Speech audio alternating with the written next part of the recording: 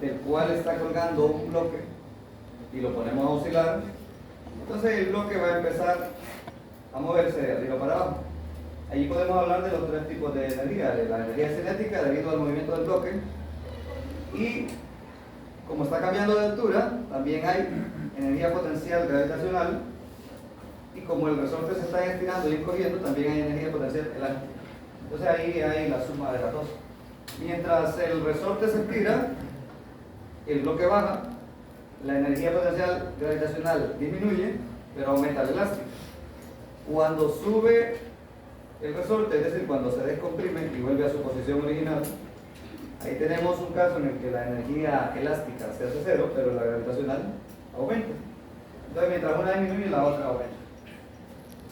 Bien, conservativas sobre el sistema. Ya vimos que son fuerzas conservativas, ¿no? ¿Qué dijimos que son?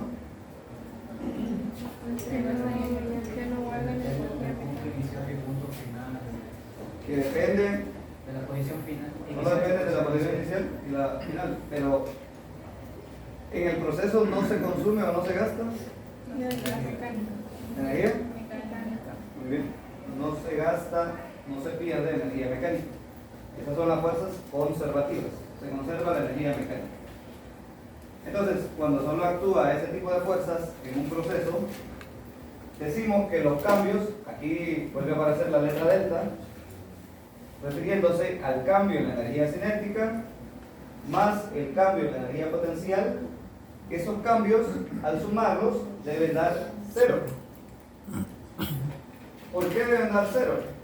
Porque este es un proceso en el que mientras la energía potencial aumenta, la cinética disminuye, o al revés, mientras la cinética aumenta, la potencial disminuye.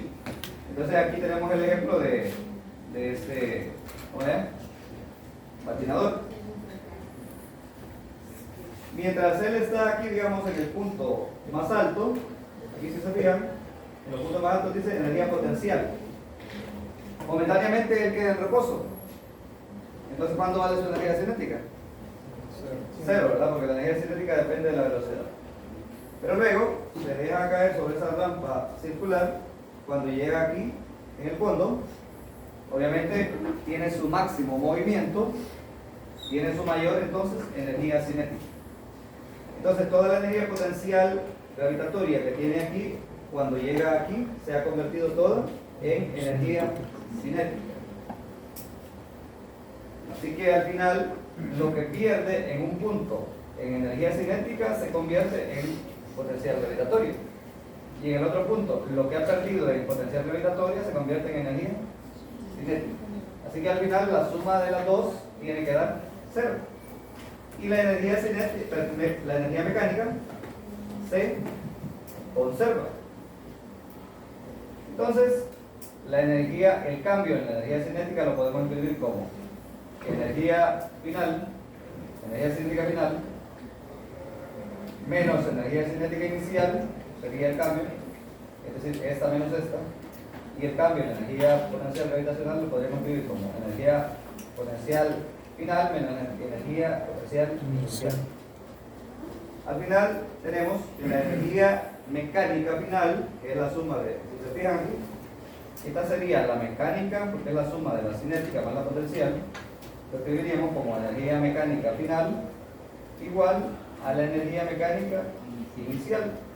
Entonces, la energía mecánica no se pierde cuando el trabajo lo está haciendo una fuerza conservativa, como la de la gravedad.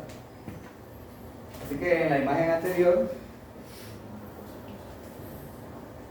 cuando la persona va por los tres caminos, por las tres trayectorias, al final, el cambio en la energía mecánica, es la misma. ¿Por qué? Porque quien hizo trabajo en este caso fue, digamos, la gravedad. No importa por el camino que haya ido. Claro, si las trayectorias tienen fricción, ahí va a depender, ¿verdad?, de cuál trayectoria tenía mayor fricción, y así va a disipar más energía mecánica. Y de aquí surge entonces lo que se conoce como el principio de conservación de la energía mecánica.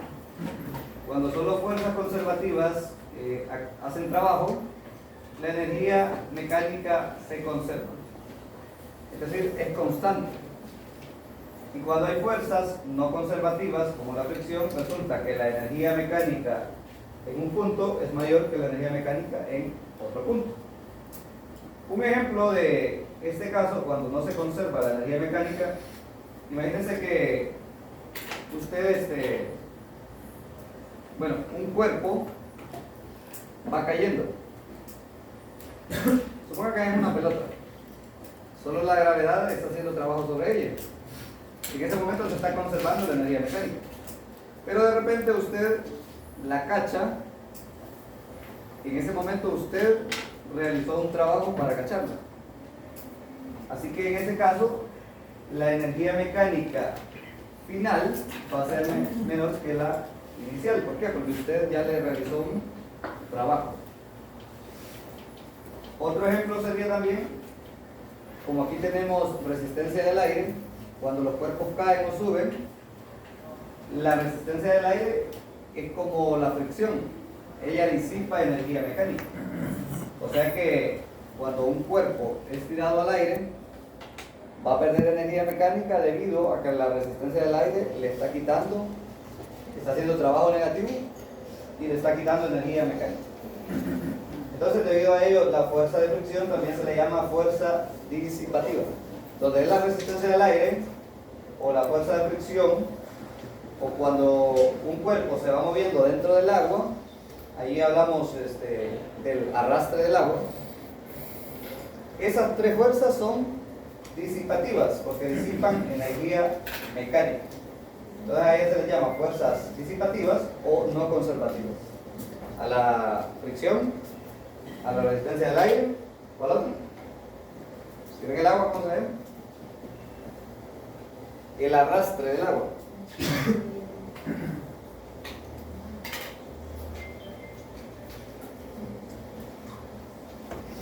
Si existe la fuerza de rozamiento, que también es la misma fricción, la fuerza de rozamiento es la fricción, como una única fuerza no conservativa, vamos a tener entonces que el cambio en la energía cinética va a ser igual al trabajo hecho por la fuerza de fricción.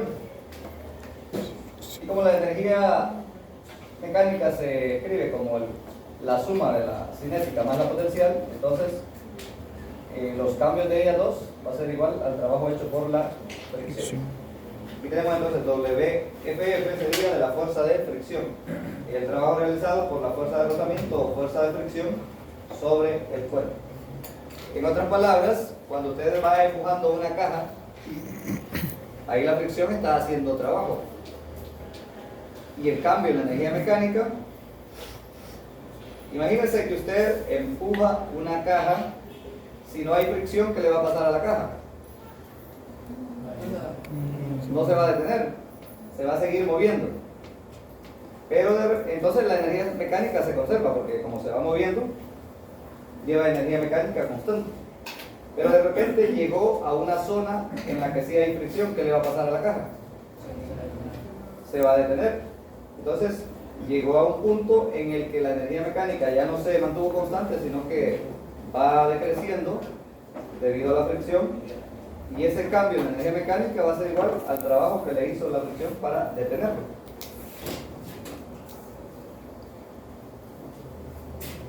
Entonces, la energía mecánica que se disipa se transforma en calor. En ese caso, cuando la caja usted la empuja sobre una superficie sin fricción, como no hay fricción, ahí no se produce calor. Pero en la zona donde ya se encuentra con una zona áspera y fricción, ahí empieza a calentarse. Hagamos un ejercicio. Frótese la mano, yo creo que ya lo hicimos, ya pasaba. Frótese la mano con vigorosidad. ¿Qué siente? Siente caliente, ¿verdad? Es porque se está generando ahí energía térmica. Entonces lo mismo ocurre cuando usted empuja un cuerpo en una zona con fricción. Las superficies, las dos, se van a calentar. Y entonces el cambio en la energía mecánica va a ser igual a ese calor o a esa energía calorífica que se produce cuando solamente se produce, digamos, calor.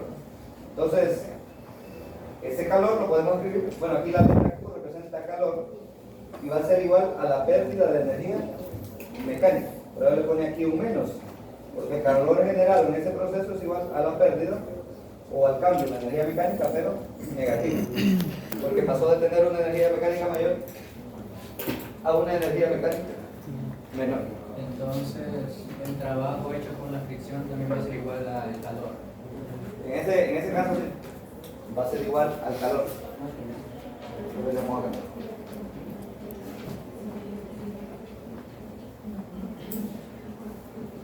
Ley de conservación de la energía. Esta es una de las leyes más importantes de la física. Uno de los principios más básicos y más importantes de la física, y se puede enunciar de esta forma. La energía total de un sistema no aumenta ni disminuye en ningún proceso. ¿Okay? La energía total de un sistema no aumenta ni disminuye en ningún proceso. La energía puede transformarse de una forma a otra y se transfiere de un cuerpo a otro, pero la cantidad total de energía permanece constante. De hecho, este es uno de los principios que toma, por ejemplo, los científicos. Los científicos se dividen en dos: los ateos y los no ateos, porque hay científicos que son no ateos. Los ateos utilizan este principio como para decir que no puede existir Dios porque se dice que Dios creó la materia. Entonces, si Dios hubiera creado la materia y la energía, estaría violando el principio de conservación de la energía. Este es uno de los, digamos, de los argumentos más valiosos para los científicos que no creen en la existencia de Dios. Ahora, ¿usted qué cree? ¿Existe Dios o no existe Dios? Vamos a ver. Levante la mano quien cree que existe Dios. Muchos la levantaron con miedo, esperando a ver quiénes la levantaron. Vaya. Ahora levante la mano quien no cree. Ahí está. Valiente. ¿Sí, va? Entonces van a decir que todos los que están aquí. No, porque yo estaba preguntando. Ah, es ateo. Van a decir que no existe nadie aquí que no crea que Dios no existe. O no tiene valor. No tiene valor de levantar la mano y decir que Dios no existe. ¿Por qué no deberían creer? Es lo que yo le pregunto.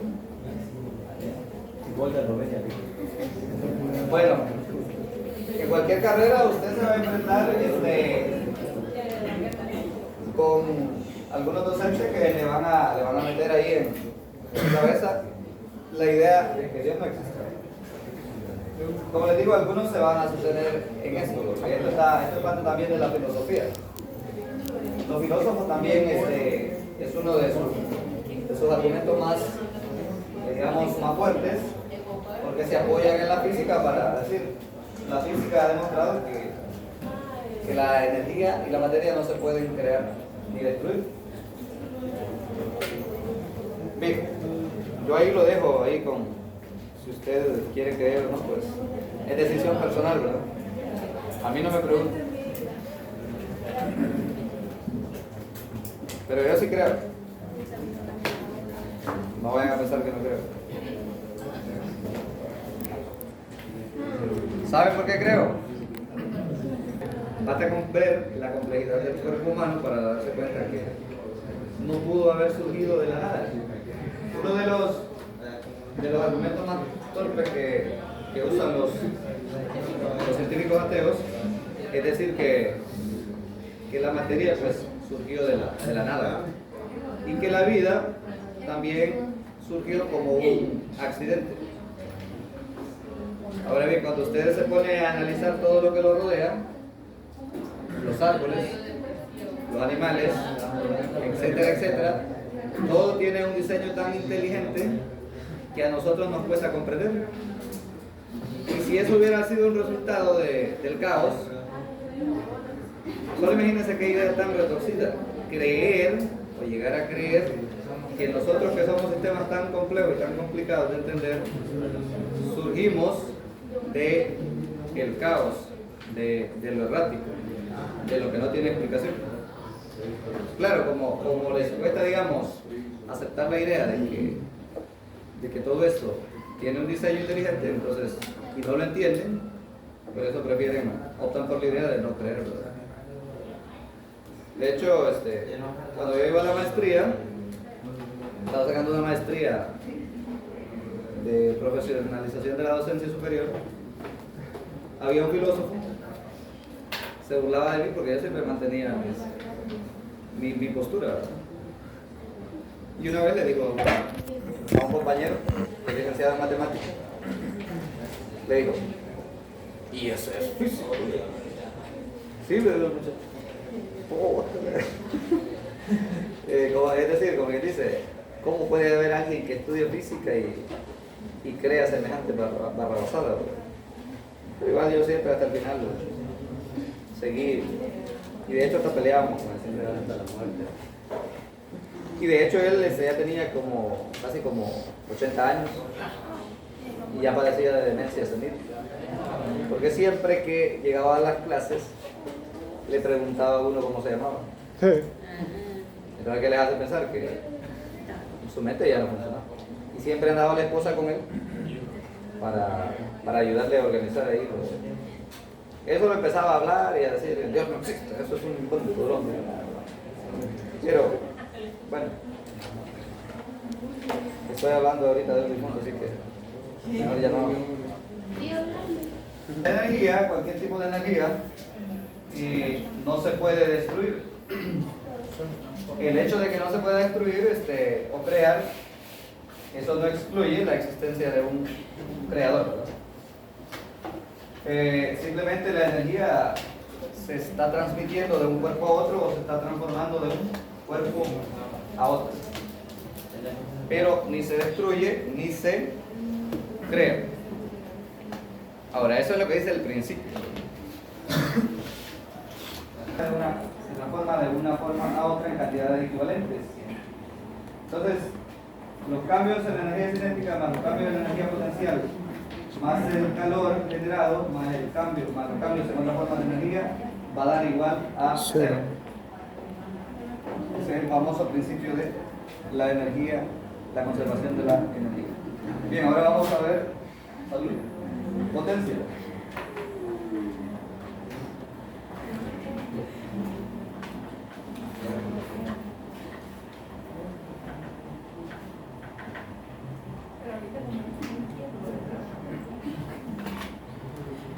La potencia está relacionada con el trabajo y con la energía. De hecho, es la rapidez con la cual se efectúa trabajo o la rapidez con la cual se transforma o se gasta o se invierte la energía. Por eso hay dos ecuaciones, una para el trabajo y una para la energía. La potencia la vamos a representar con la letra P y va a ser igual al trabajo entre el tiempo, es decir, la rapidez con la que se realiza trabajo. O la rapidez con la que se consume o se genera energía.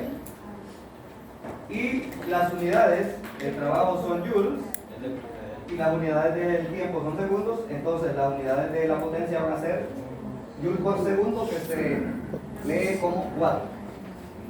Ustedes ya habrán escuchado esa unidad, el watt o el kilowatt, que son unidades de energía eléctrica o del consumo eléctrico que llega a su casa, ¿verdad?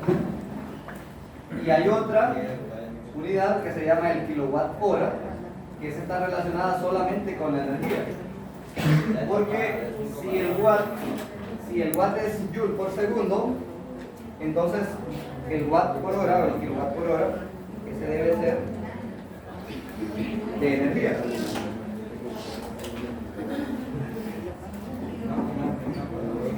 Tenemos un kilowatt, que esto sería igual a 1000 watts, o si lo escribimos de otra forma sería 1000 joules por segundo, significa que cada segundo se está consumiendo en su hogar, por ejemplo, 1000 joules de energía. Si ahora hablamos del kilowatt, esto sería kilowatt hora, estaríamos hablando de 1000 joules por segundo por los segundos que tiene una hora. ¿Cuántos segundos tiene una hora? 3600 segundos. ¿Cuánto es eso? Una hora. ¿Cómo? No, 1000 por 3600. ¿Cuánto? 3 por día, ¿no? ¿O 3 millones? 600.000 de joules.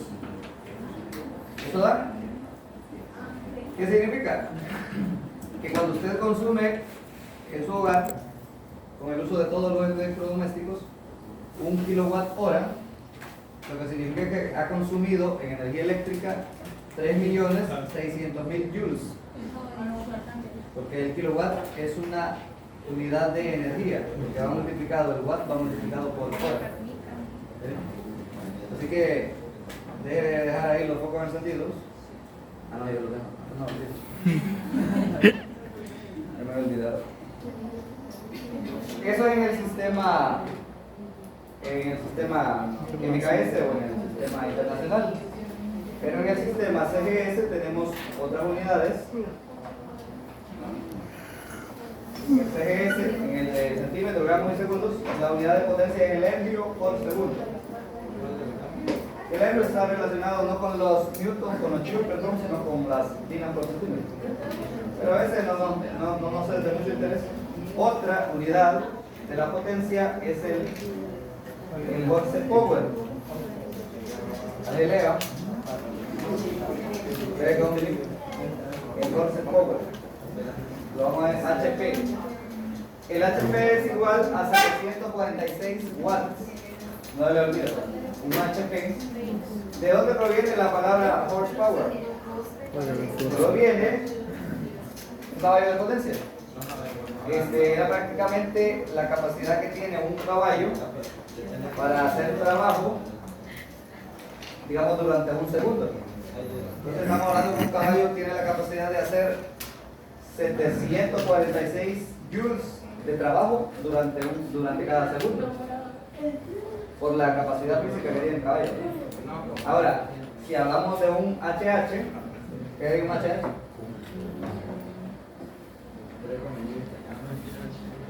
No, de un HP, en realidad un Human Power.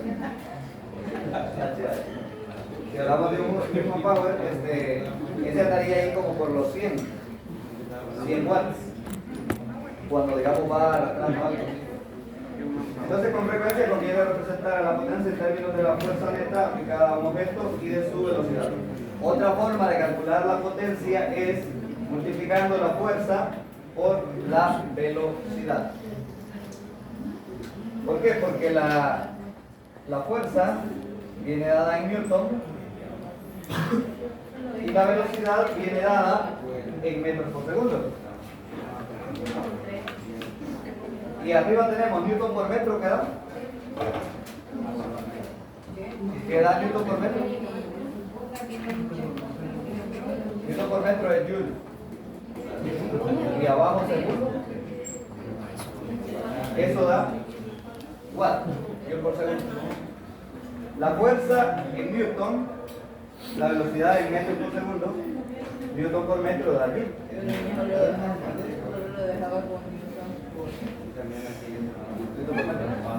No, por eso aquí un joule. Un joule igual a un newton por metro. Y de ahí newton por metro es joule. Hay que tener el torque. El torque no se expresa así, porque son dos magnitudes de una índole diferente. Bien, ahora tenemos ahí la inyección hipodérmica. Para que la aguja de una inyección hipodérmica pueda penetrar en el interior de los tejidos del cuerpo, se requiere realizar un trabajo con el propósito de evitar la necesidad de empujar la aguja después de haber picado. Se le imprime a la jeringa la suficiente energía cinética de modo que se logre la penetración a la profundidad requerida. Esta energía se va a convertir en energía térmica en los tejidos y en la aguja al realizar trabajo de penetración. No sé si ustedes se han fijado en las películas o en alguna novela o en alguna serie, cuando de repente ponen ahí una inyección, que hay unos crueles que le hacen de un solo. Entonces, se supone que esa sería la forma correcta de aplicar la inyección, imprimiéndole a la aguja la suficiente energía cinética para que rompa el tejido, caliente el tejido, debido a la energía térmica que se genera, y la aguja entre con mayor facilidad. Porque de repente usted ve así en el brazo. Y entonces aquí, ¿cómo se hace? Aquí con cuidadito ahí va. Primero pincha, primero que siente el dolor, tanto fuerte, y después le pegamos el puñón. Entonces, obviamente se siente más dolor cuando se va haciendo así despacito. ¿Y esta es la que está ahí? No, ¿cuál es ella? Es que la inyección hipodérmica es la que se mete obviamente debajo de la piel. Por eso le llaman hipodérmica.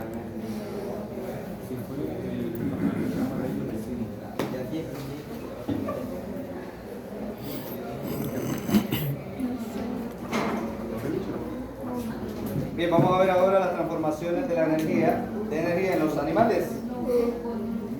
En los seres del reino animal, la fuente usual de energía química son los carbohidratos, ¿verdad?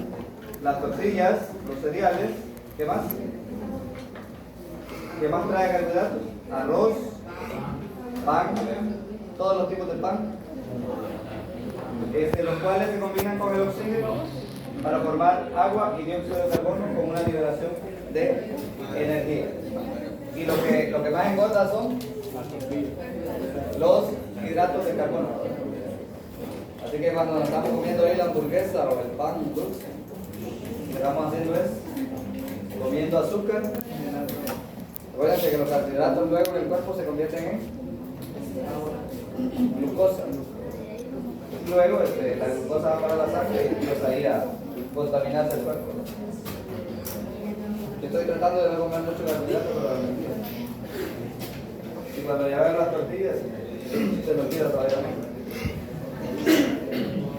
Un caballo, por ejemplo, puede quemar combustible cuando decimos que un caballo puede quemar combustible. ¿Se refiere a qué se refiere este combustible? ¿Se refiere a la gasolina o a qué? Energía, fuerza. A los, digamos, ¿cómo le llaman? A los que estamos aquí en el cuerpo. A los nutrientes, es decir, a lo que obtenemos de los alimentos. A eso se refiere, es decir, a lo que se obtiene de la comida. No se está refiriendo a gasolina o a diésel.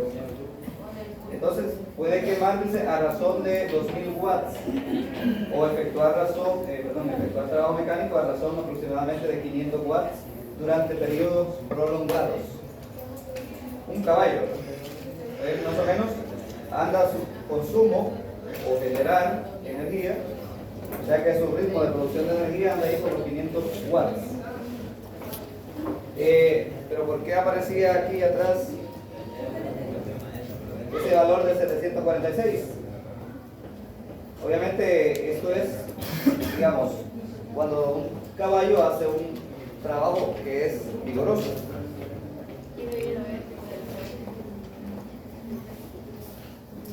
Bien, ese es para el caballo. Ahora veamos el régimen metabólico basal. El Homo sapiens, ¿quién es el Homo sapiens? Oye, el animal más pequeño. ¿Será que el animal más pequeño? Es el animal más pequeño y en el mejor de los casos puede desarrollar aproximadamente del orden de 100 watts de trabajo mecánico por unidad de tiempo, es decir, 100 joules cada segundo. Ese es Ese es la, digamos, el ritmo al cual quema energía o genera energía el Homo sapiens. Incluso durante el sueño, un humano adulto normal quema su combustible a un ritmo de aproximadamente 75 watts. ¿Sabían ustedes que a pesar de que usted esté descansando, a pesar de que su cuerpo esté descansando en reposo, pero usted siempre está quemando ahí, consumiendo energía? ¿Y saben cuál es la parte que más consume energía? El cerebelo. No, perdón, el cerebro. Entonces, cuando nosotros andamos pensando en muchas cosas, obviamente andamos quemando energía, consumiendo energía a un ritmo mucho más alto de los parciales de física. Entonces, lo más recomendable obviamente es andar siempre tranquilo y dejar de estar pensando tanto, solo cuando va a tener exámenes. Solo para mantener en actividad sus funciones corporales, quema combustible a un ritmo de aproximadamente 80 watts. Cuando está despierto, como en una clase de física, así como ahorita, usted emplea aproximadamente 150 watts, los cuales se distribuyen así: los 80 básicos y alrededor de 40 que se disipan en el cerebro, 15 en el corazón y el resto en otras actividades. Cuando se hace un ejercicio moderado, tal como caminar lentamente, se queman o se emplean alrededor de 230 watts, es decir, 230 joules cada segundo. Así como una persona emplea alrededor de 500 watts, o sea que casi se convierte en un caballo. Y ejercicios más vigorosos como el baloncesto requieren alrededor de 700 watts. Con ejercicios aún más vigorosos como participar en una carrera ciclista de alta velocidad, un ser humano en buena condición física puede exceder a los 1000 watts. Pero solo unos 100 de ellos se transmiten al exterior del cuerpo como energía mecánica. Y obviamente también hay una disipación de esta energía en forma de calor. Vamos a algo que nos interesa bastante, que es la velocidad metabólica basal. Perdón, la velocidad metabólica. La velocidad metabólica, que también se le conoce como la tasa de consumo energético de una persona que realiza una actividad concreta, se mide recogiendo todo el aire que sale en unos 5 minutos. Esas obviamente son técnicas más avanzadas que no se practican acá. A continuación se analiza el contenido de oxígeno de ese aire exhalado para determinar la cantidad de oxígeno consumido por minuto. Obviamente se requiere un aparato preciso. Eso no lo hacemos acá porque no está. El oxígeno consumido reacciona con los carbohidratos, con la grasa y las proteínas del cuerpo, usando un promedio de 4.8 kilocalorías, que equivalen a 2 por 10 a la 4 joules de energía por cada litro de oxígeno consumido. De ahí, de este dato, se obtiene entonces lo que es un factor de conversión. La energía metabólica de una persona se puede calcular como el consumo de oxígeno multiplicado por un factor de conversión. ¿Y ese factor de conversión? La velocidad metabólica, yo creo. Dije velocidad metabólica. La velocidad metabólica se puede calcular por el consumo de oxígeno por el factor de conversión, y ese factor de conversión es 1 litro de oxígeno equivale a 2 por 10 a la 4 joules de energía. O sea que va a depender obviamente de cuántos litros consuma en cierto proceso, y ahí se multiplica el consumo de oxígeno por el factor de conversión para eliminar los litros de oxígeno y quedarnos con la energía por minuto. Vamos a ver un ejemplo. Suponga que un hombre consume 1.47 litros de oxígeno durante una carrera de bicicleta. Su velocidad metabólica es entonces el consumo de oxígeno, que es 1.4 litros por minuto, y dice 1.4 litros por minuto, por el factor de conversión, que sería por cada litro de oxígeno hay 2 por 10 a la 4 joules. Se nos elimina aquí obviamente litro por litro,